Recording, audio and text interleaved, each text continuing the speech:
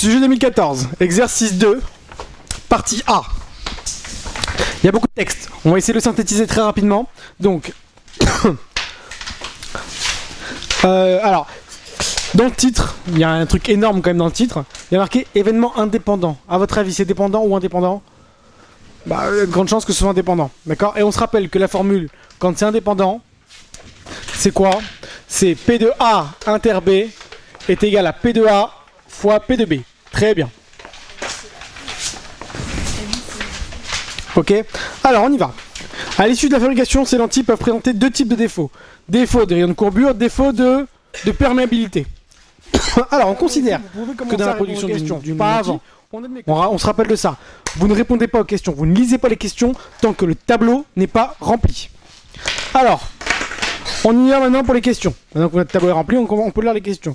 Calculer la probabilité P de A inter B. Un seul des deux défauts. C'est soit le A, soit le B. Mais surtout pas les deux en même temps. Donc quand je prends le A, je fais en sorte de ne pas prendre le B en même temps. Ce qui fait qu'en réalité, quand je dis un seul des deux défauts, c'est P de A. Mais attention, sans tenir compte du B.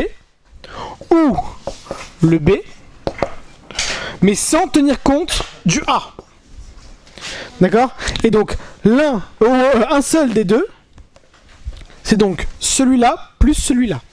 Page 40, donc le sujet 2012. Écoutez bien. Une pièce du premier modèle présente deux types de défauts. Défaut de longueur, défaut d'épaisseur. Donc L, c'est longueur, E, c'est épaisseur.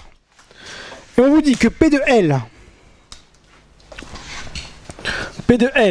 est égal à 0,04. P de E est égal à 0,071. Et P de E.